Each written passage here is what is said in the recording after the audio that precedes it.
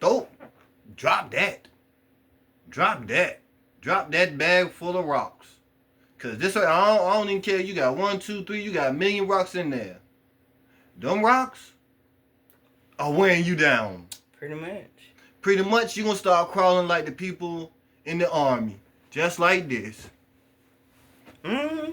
Because you held down. You can't move. You can't walk. You are paralyzed. Mm-hmm.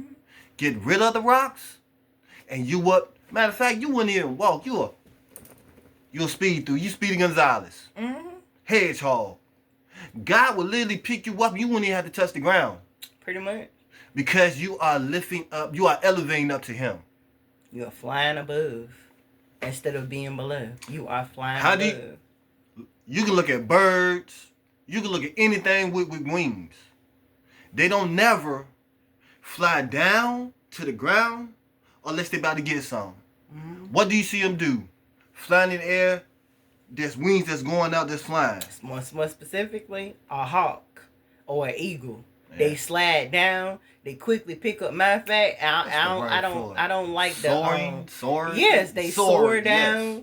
If they even trying to take somebody else's baby bird to eat them, they swoop in, pick the baby bird up out of the nest, and instantly take right back off again. And these rocks that we describing, we ain't just using this as a metaphor. These rocks is, how do people treat you? Yes. How do you treat yourself? Yes. How do people think about you? Yes. How do you think about yourself? Yes. All the things you could imagine that's low vibrational, or in his terms, devilish, yes, or connected to devil, or low vibrational energy. All those things are things that are rocks in that bag. And every day that you live, you are picking up more. So your job really is to empty out rocks every day. You are constantly picking them up. Picking them up, you can't stop that.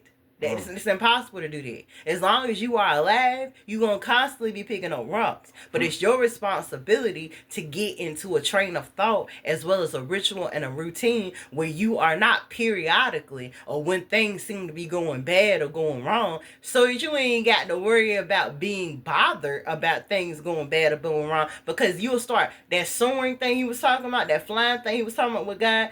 God wants you to be able to fly high in spite of what's happening and what's going on.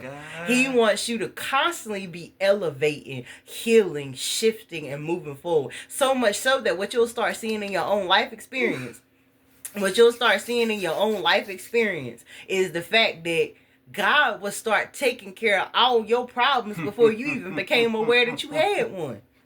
You know how many people have literally got upset because they were stuck in traffic. They got upset because it was a bomb threat, so they couldn't get on an airplane. They was upset because of this or that, only for them to find out if I had been where I thought I was supposed to be on time, I would have got blown up. I would have got stuck in, or because I was stuck in traffic, or my child was being lazy or not moving fast enough. When we got up there, we saw there was a car accident. And guess what? It would have been us in that car accident if somebody else hadn't got there before us, and if we was not late, not realizing we was right on time. So all these things that you look at and you feel like, oh man, why did this happen? Why is this going on? And I'm not sitting here being judgy. Shonda is sitting here telling you, I've lived this experience. God has literally shown me, look, if you didn't do that, then this is what was going to happen. Mm-hmm. If you did do this, then that was going to happen. Mm-hmm. Well, if you would have taken this opportunity, you would have missed out on that opportunity. Or because you did go through with this and I was telling you, no, everything that was happening, the processing for it to happen, it was all falling apart. But that allows you to be able to. But because you pushed through it and you are an overachiever and you jumped over all these hurdles I put in front of you, you had no choice but to go through this, when in reality, instead you would have had that. But you didn't listen to me when I was leading you and guiding you, and I was showing you that's not it. That's not for you. Obedience.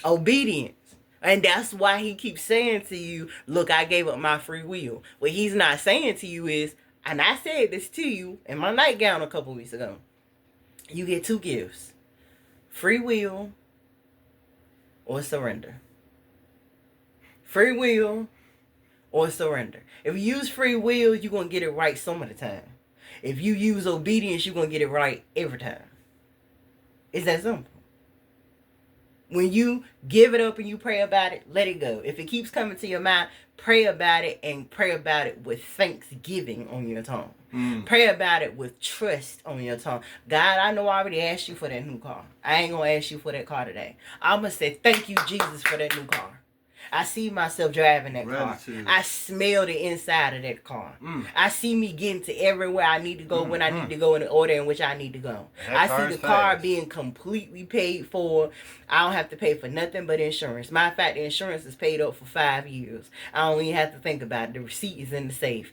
Like, you are supposed to be filling yourself up. And the only reason why he even brings it to your mind, if he's the one that's bringing it to your mind, to be thinking about that thing you don't pray for, is not for you to pray for it some more. It's for you to be getting your gratitude, your high vibration, and your appreciative and gratefulness already high, and keeping it high to the point that it's not even coming to your mind no more. Because instead, other things is going to come to your mind instead to show you, oh, you know what? Take that job. Okay, work that job for 6 months. Okay, take this amount of money from that job and put it in this bank account and don't touch it. Even if you don't have this and that, it's cool. I'm going to make a way for you to get this and that or be able to live without it. Just keep doing it. All right, now it's time to quit that job. Hold up, go to this place. Meet this man. Okay, this man is selling a car. Matter of fact, it's the perfect car for you. You don't pray, God, is this the car? Yes, this is the car. Matter of fact, here's an email that shows you it's the car. Here's a TV show to show you it's the car. Here's a conversation that don't nobody even know you're trying to get a car. All these things are confirmations from God that this car is yours. Then go pay for it. Boom, now you got your car. You didn't know that if you had taken that job, it was going to lead to you to saving that money. And when you went to that place, it was going to make you meet this man. And that man was going to tell you were selling a car. And he said, you know what? I'm going to let you get it for the exact amount of money that you got in your bank account that he didn't even know that God had you saving in that bank account. And now you got that car. That's how God blesses you with what it is. And that's how you're supposed to be using your prayer, your obedience, your surrender, and your trust. Yep. And your prayer life to get everything you want. And the one thing that Pastor said yesterday, and like I said, it was just a confirmation for what I was already being shown. Stop looking at God as just God. True. Stop treating him like he just God. Stop treating him like he's just your father. He's not just your father. He's your father and he's your daddy. He's your father and your daddy. He's your father when he's doing what he's supposed to be doing as a father would do for you automatically. He's your daddy when you come to him and you ask him and have full faith in him for what it is you want. Daddy, I'm hungry. I need food in my refrigerator, my freezer, my deep freezer, my cabinets. Daddy, I'm thirsty. I need juice. I need soda. I need water. Daddy, I need to get to my doctor's office and I need to be able to pay the money to be able to see my doctor. Daddy, I need the money for my prescriptions. Daddy, I need gas in my car. Daddy, I want to go to Jollibee. I want to go to Chipotle. I want to go to the movies. I want to go to the zoo. Daddy, Daddy, Father, thank you. Daddy, I need. Father, I thank you. Daddy, I need. When you start treating God like Father and Daddy, you have such an even bigger or more wide open relationship with him. Daddy, I'm lonely. I need a partner. I need a companion. I need a friend. Daddy, I need to have sex with the right person that's not going to burn me and mentally, emotionally, physically, spiritually, sexually, financially, and socially. Daddy, I need friends, people I can hang out with, people that's vibrationally compatible to you and to me, my soul friends, my soul family, my soulmates, my soul tribe. Daddy, I need to go to school. I need to learn how to do this trade. Daddy, I want to buy a house. Daddy, I want to buy a car. Daddy, I need toilet paper. Daddy, start treating him as Father and Daddy. And as fast and easily and effortlessly as you start viewing him and treating him as Father and as Daddy, that's how quickly you're going to receive. True. That's how quickly you're going to receive. But just to close this out, at the very beginning of the first topic, even though we don't hit a lot, we done hit about 20 topics. Stop trying to force people into places and places and choices and decisions that you want. Stop thinking as a woman that you can fix him. You can't fix him. Only he can fix himself. Stop thinking as a man you can fix her. You can't fix her. Only you can fix yourself. Stop thinking that you should demand or command things from people. You can't. Yeah, they're gonna look at you and laugh in your face. And the time you spending wasting your time trying to command and demand things from them, you wasting your time and their time, because if they not gonna give you what you want, they need to go. Also, And you need to go. And then you need to be open to the people that are gonna give you what you want.